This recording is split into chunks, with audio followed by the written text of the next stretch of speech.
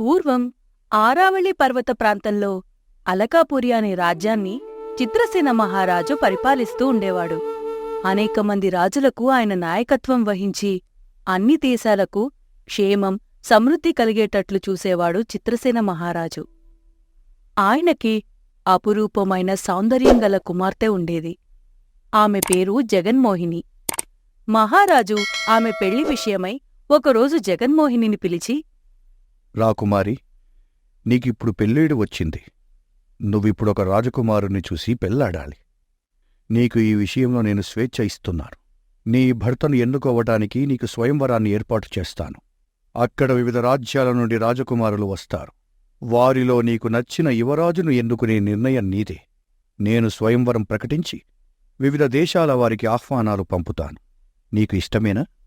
స్వయంవరానికి నేను కూడా సమ్మతిస్తున్నాను తండ్రిగారు.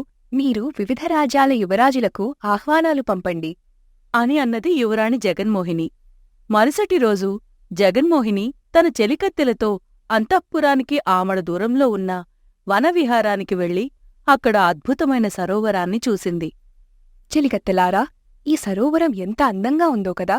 అక్కడ చూడండి, హంసలు వయ్యారాలు ఉలకబోసుకుంటూ నీటిమీద ఆడుకుంటున్నాయి. ఆ కలువపూలు చూశారా? ఎంత అందంగా ఉన్నాయో! మనమీ సరోవరంలో ఒక్కసారి దిగి జలకాలాటలాడుకుందామా? ఏమోనమ్మా, ఈ కొత్త సరోవరాల్లో జాగ్రత్తగా ఉండాలి. ఇక్కడ స్నానం ఇప్పుడెందుకు చేస్తారు మీరు? మన రాజప్రసాదంలోనే ఎన్నో కొలనులున్నాయి కదా, అక్కడ చెయ్యొచ్చు కదా. ఇక్కడ ఈ అడవిలో మనకు తెలియని చోట ఈ సరోవరంలో దిగి ప్రమాదాలు కొని తెచ్చుకోవడమే అని అన్నది చిలికత్తె వనజ.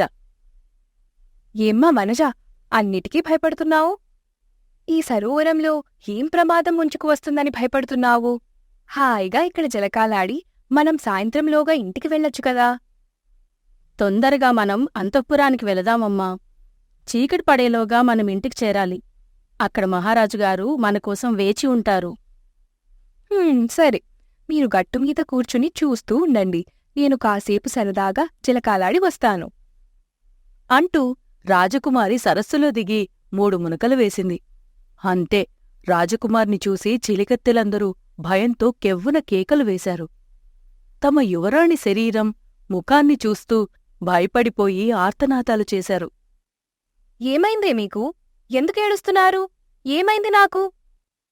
రాజకుమారి, మీరు స్నానం చేసి వచ్చిన తరువాత మీ శరీరం చూసుకున్నారా? మీ చర్మమంతా నల్లగా ఇనుములా మారిపోయింది. మీ ముఖం వికృతంగా ఉంది. మీరు కురూపిలా మారిపోయారు అని అన్నది వనజ ఏడుస్తూ. అప్పుడు రాజకుమారి తన శరీరాన్ని చూసుకున్నది. ఒక్కసారిగా ఆర్తనాదం చేస్తూ బిగ్గరగా రోధించింది. అమ్మా రాజకుమారి, నీ శరీరమంతా కళావిహీనమై రంగు మారిపోయింది. సుందరమైన నీ వదనం వికృతంగా మారి కురూపిగా మారిపోయింది కదమ్మా. ఇప్పుడు నేను రాజుగారికి ఏం చెప్పాలి? ఇలాంటి దురవస్థ ఎందుకు జరిగింది? భగవంతుడా, మమ్మల్ని రక్షించు. మా రాజకుమారికి ఎందుకింత శిక్ష విధించావు తండ్రి? ఇప్పుడు మా తండ్రిగారికి ఎలా నా మొహం చూపించను? రేపే స్వయంవరం ప్రకటించారు. కురూపిగా మారిన నన్ను ఎవరు వివాహం చేసుకుంటారు? దేవుడు నాకెందుకు ఈ శిక్ష విధించాడు? నేను ఏం పాపం చేశాను? ఏ మునులో దయ్యాలో శాపం పెట్టారా? ఈ సరోవరంలో ఏదైనా దయ్యం ఆశ్రయించిందా? నా అందాన్ని నేను ఎలా తిరిగి పొందను? రాజకుమారి ఏడుస్తూ చెలికత్తెలు వెంటరాగా రాజసౌధానికి బయల్దేరింది. అంతఃపురం చేరిన రాజకుమార్ని చూడగానే మహారాజు దంపతులు గొల్లుమన్నారు. ఎందుకమ్మా నీకీ దురవస్థ కలిగింది? ఎందుకు ఉన్నట్లుండి ఇంత కురూపిగా మారిపోయావు? నీ అందమైన శరీరం ఎందుకిలా తయారైంది? ఏ ఋషైనా శాపం పెట్టాడా? ఏదైనా తప్పు పని చేశావా? ఏమీ లేదమ్మా. ఒక సుందరమైన తటాకం కనిపించింది. దాంట్లో మునిగి స్నానం చేశాను. అంతే. స్నానం చేసిన వెంటనే ఇలాంటి వికృతమైన శరీరం నాకు కలిగింది. ఇది అక్కడ ఏ ఋషి శాపమో, ఏ గంధర్వుల శాపమో, ఏ పిశాచి దయ్యాలు పెట్టిన శాపమో నాకు తెలీదు అని ఏడుస్తూ అన్నది రాజకుమారి గద్గద కంఠంతో. ఇక ఎలా నిన్ను రేపు స్వయంవరంలో చూపించాలి? రేపు అక్కడికి యువరాజులందరూ వస్తారు. నీ వికృతమైనటువంటి శరీరాన్ని చూసి నిన్ను ఎవరు వివాహం చేసుకుంటారు? భగవంతుడా, నాకు ఎందుకు ఈ శిక్షను విధించావు? ఒక్కగానొక్క కుమార్తెకు ఎందుకింత దారుణమైనటువంటి దురవస్థ కలిగింది? అని రోదిస్తూ అన్నాడు మహారాజు. వెంటనే రాజుగారు మహామంత్రిని పిలిపించి ఇలా అన్నారు. మహామంత్రి, మన నగరంలో గాని మన రాజ్యంలో ఎవరైనా సరే మంచి వైద్యుణ్ణి పిలిపించండి. అలాగే ఆస్థాన వైద్యుణ్ణి కూడా పిలిపించండి. రాజకుమారికి ఇలాంటి చర్మవ్యాధి ఎందుకు వచ్చిందో వాళ్లకు చూపించి చికిత్స ఏమైనా ఉందేమో కనుక్కోండి. ప్రభూ, మన నగరంలోనే ఒక ఘన చర్మవైద్యుడున్నాడు. అతణ్ణి పిలిపించి రాజకుమారిగారి చర్మవ్యాధిని గురించి అడుగుదాము. అతడు తప్పనిసరిగా దీనికి నివారణ మార్గాన్ని చెప్పగలడు. వైద్య మహాశయ, రాజకుమారి అంతుచిక్కని చర్మవ్యాధితో 2 రోజుల నుండి బాధపడుతున్నారు. వనవిహారానికి వెళ్లి అక్కడున్న సరోవరంలో జలకాలాడారు. వెంటనే ఆమె కోమలమైన శరీరం ఇనుములా మొద్దులా బారిపోయింది. ఆమె కురూపిలా మారిపోయింది. రేపే స్వయంవరం ఏర్పాటు చేసుకున్నాం. ఎలాగైనా సరే మీరు మన రాజకుమారిని ఈ దుస్థితి నుండి తప్పించాలి. చింతించకండి మహారాజా, నేను సాయశక్తులా ప్రయత్నిస్తాను అని రాజకుమార్ని పరీక్షించసాగాడు. తన దగ్గరున్న వైద్య గ్రంథాలను పరిశీలించి ఇలా అన్నాడు. మహారాజా, ఇది ఒక వ్యాధి కాదని నా నమ్మకం. ఆ నీటిలో మునగడం వల్ల శరీరం రంగును, కోమలత్వాన్ని కోల్పోయింది. ఇది అయితే దీనికి సాధారణ చికిత్స అంటూ నాకు కూడా తెలియదు.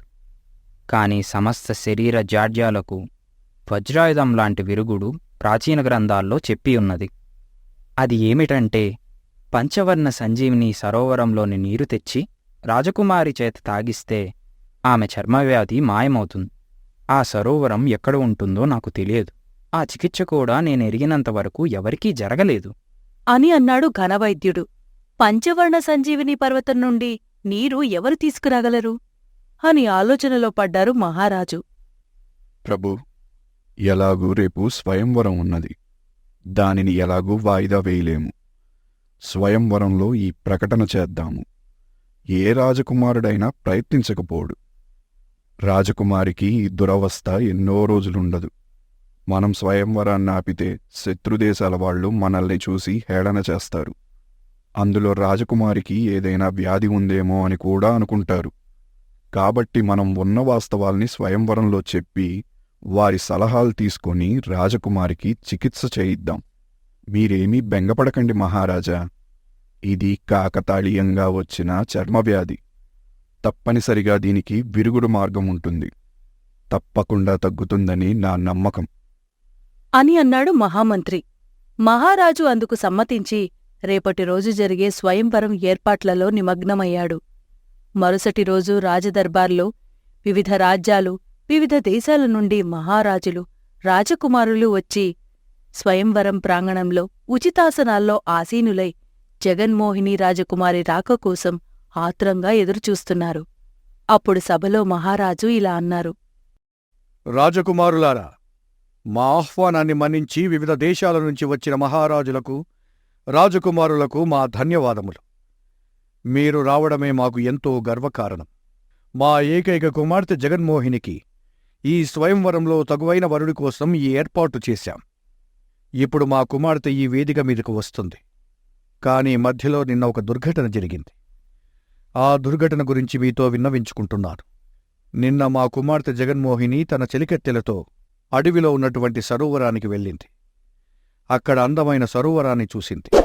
ఆ సరోవరంలో దిగి స్నానం చేసిన వెంటనే ఆమె అపురూపమైన సౌందర్యమంతా మారిపోయింది. తన చర్మం దలసరిగా మారిపోయి వికృత రూపం వచ్చేసింది. ఈ అనూహ్యమైన సంఘటనకు మేము దిగ్భ్రాంతి చెంది భయకంపితులమైపోయాం. ఈ దుస్సంఘటన ఎలా జరిగిందో ఏమో, ఏ మహర్షుల శాపమో, ఏ గంధర్వుల శాపమో మాకు అర్థం కావటం లేదు. ఆస్థాన వైద్యులను కూడా పిలిపించాం. ఎక్కడో పంచవర్ణ సంజీవి సరోవరం ఉన్నదట. ఆ సరోవరంలో నీళ్లు తాగితే రాజకుమార్తెకు యథారూపం వస్తుందంట. రాజకుమారులారా, మీకు మేము చేసే విన్నపం ఏమిటంటే, మీలో ఎవరైనా గాని ఆ జలం తెచ్చి రాజకుమార్తెకి ఏర్పడిన వికార ఆకారాన్ని పోగొట్టితే నేను నా కుమార్తెనిచ్చి వివాహం చేసి నా అర్ధరాజ్యాన్ని కూడా మీకు ఇస్తాను అని అన్నారు మహారాజుగారు. అక్కడున్న వారందరూ నిశ్చేష్టులయ్యారు. కురూపి అయిన రాజకుమారిని పెళ్లాడడానికి ఎవరూ ముందుకు రాలేదు. ఆ మాట వినగానే 2 తప్ప మిగిలిన రాజకుమారులందరూ లేచి తమ తమ దేశాలకు వెళ్ళిపోయారు. ఇద్దరు రాజకుమారులు జయంతుడు విజయుడు. జయంతుడు మాళవదేశపు యువరాజు, విజయుడు విజయపురి దేశపు యువరాజు. అంతలో జయంతుడు ఇలా అన్నాడు. మహారాజా, మీరు బెంగపడకండి. తప్పనిసరిగా నేను పంచవర్ణ సంజీవి సరోవరాన్ని వెతికి అక్కడి జలాన్ని నేను తెస్తాను. తప్పనిసరిగా రాజకుమారికి మళ్ళీ పూర్వ సౌందర్యం వస్తుంది. ఆ జలాన్ని తెచ్చిన తర్వాతనే నేను రాజకుమారిని కళ్యాణం చేసుకుంటాను అని చెప్పి అక్కడి నుండి వెళ్ళిపోయాడు. తరువాత విజయుడు వినయంగా ఇలా అన్నాడు. మహారాజా, నేను వనానికి వెళ్ళి రాజకుమారి స్నానం చేసిన సరోవరం ఎక్కడ ఉందో అక్కడికి వెళతాను. రాజకుమారి తన అందం కోల్పోవడానికి కారణం ఏదో ఒకటుంటుంది. ఆ రహస్యాన్ని అక్కడ ఛేదిస్తాను. పంచవర్ణ సరోవరానికి వెళ్ళనవసరం లేదు. నా మీద నాకు నమ్మకం ఉంది. నాకు సెలవిప్పించండి. విజయోస్తు నాయనా. విజయుడు సెలవు తీసుకొని అక్కడి నుండి వనం దిక్కుగా బయలుదేరి వెళ్లాడు. ఈలోగా జయంతుడు పంచవర్ణ సంజీవిని సరోవరాన్ని వెతుక్కుంటూ తూర్పు దిక్కులనున్న కొండలకేసి బయలుదేరాడు. 2-3 క్రోసులు వెళ్లిన జయంతుడికి రాత్రివేళ కావడంతో అక్కడే ఒక పాడుబడిన కాళికాదేవి ఆలయంలో ఆ రాత్రి గడపడానికి నిశ్చయించాడు. అతనికి ఇంకా నిద్రపట్టకముందే ఒక భయంకరమైన ఎలుగుబంటి ఆలయంలోకి ప్రవేశించింది. జయంతుడిని చూసి అతడి మీదకు ఉరికింది. జయంతుడు చప్పున లేచి తన కరవాలంతో ఆ ఎలుగుబంటిని ఎదుర్కొని చంపేశాడు. దాన్ని చంపగానే ఎలుగుబంటి అదృశ్యమై ఒక ముని ప్రత్యక్షమయ్యారు. నాయనా, నీ ధైర్యసాహసాలకు నేను ఆనందపడుతున్నాను. నా గురువుగారి శాపానికి గురి అయిన నాకు శాప విముక్తి కలిగించావు. నీకు నా వల్ల ఏదైనా ఉపయోగం కావాలంటే చెప్పు నాయనా. ధన్యుడను స్వామి. నేను ఒక కార్యం మీద ఇలా వచ్చి రాత్రి ఈ కాళికాదేవి ఆలయంలో నిద్రపోతున్న నాకు మీరు ఎలుగుబంటి రూపంలో వచ్చి నన్ను చంపడానికి ప్రయత్నించారు. నేను నా కరవాలంతో ఖండించగా మీరు ప్రత్యక్షమయ్యారు. ఇది గొప్ప విజయం. మున్ముందు నాకు విజయం కలుగుతుందని, నా మీద నాకు నమ్మకం కలుగుతుంది. స్వామి, ఒక కార్యం మీద వెళుతున్నాను. నేను మా రాజకుమారికి పంచవర్ణ సంజీవి సరస్సు నుంచి జలం తీసుకురావడానికి బయలుదేరాను. మా రాజకుమారి చికిత్స కోసం ఆ జలం కావాలని ఘనవైద్యుడు చెప్పారు. అక్కడికి కొంచెం దారి తెలిపి పుణ్యం కట్టుకోండి స్వామి. పంచవర్ణ సంజీవీ పర్వతం మేరు పర్వతం మీద ఉన్నది. అక్కడికి చేరడానికి నీకు కొన్ని సంవత్సరాలు పడుతుంది. మానవమాత్రులెవ్వరూ ఆ మేరు పర్వతానికి వెళ్ళలేరు. ఈ ప్రయత్నం మానుకోనాయనా. ఆ ప్రయత్నంలో చావడానికైనా సిద్ధమే స్వామి. కాని నేను మాత్రం నా ప్రయత్నం విరమించను.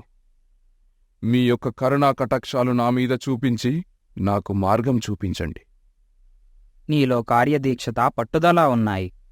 కాబట్టి తప్పనిసరిగా నువ్వు ఆ పంచవర్ణ సంజీవి సరోవరానికి వెళ్ళి అక్కడ నుండి నీరు తెచ్చి రాజకుమార్తెకి తప్పనిసరిగా ఇస్తావు.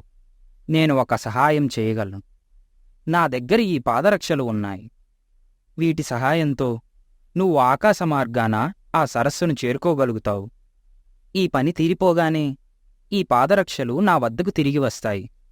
వీటిని మరో విధంగా ఉపయోగించకూడదు అని చెప్పి ఆ ముని అక్కడి నుండి అంతర్ధానమైపోయారు.